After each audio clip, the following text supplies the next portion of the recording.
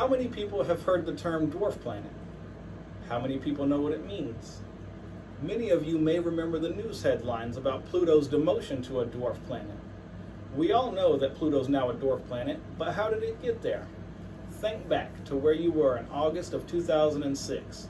That's when the International Astronomical Union held a meeting to determine the fate of Pluto.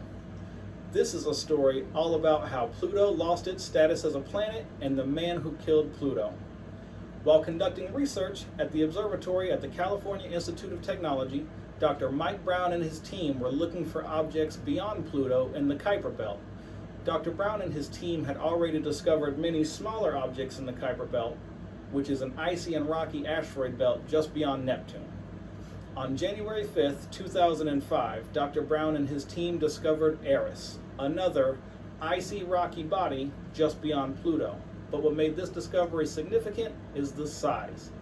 Most objects found in the Kuiper Belt were smaller than Pluto, but Eris was slightly more massive than Pluto.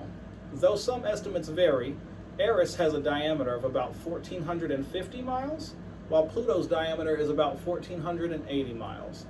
To put this in perspective, Pluto and Eris' diameter is about the same as the drive from Miami to New Hampshire.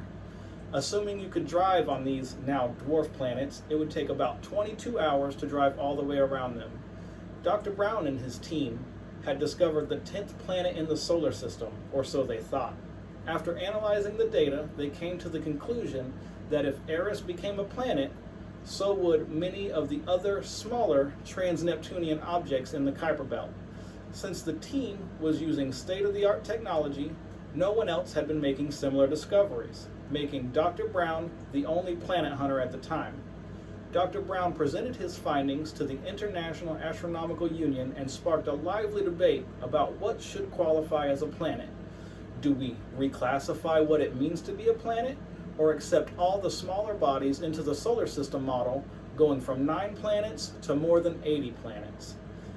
Dr. Brown said it would be unethical for him to support the classification of Eris as a planet, because that would make him the sole planet hunter with more than 80 planets to his name.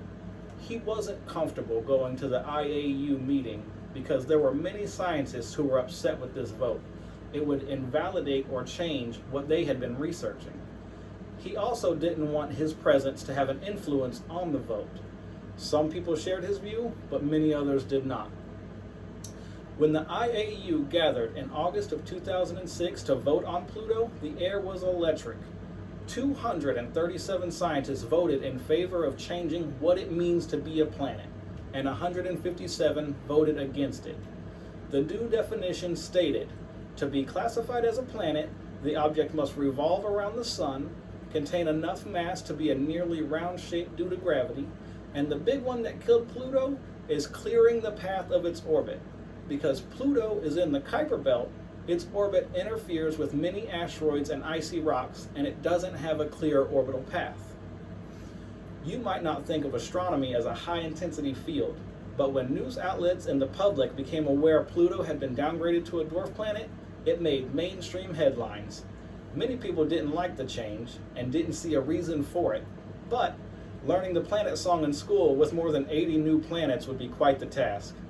The parents did not like the change and complained it would be confusing for the kids. The school kids at the time, however, were happy to come home and tell their parents they were wrong about the planets. Dr. Brown supports the decision of the IAU, saying Pluto wasn't downgraded, it's just been properly classified.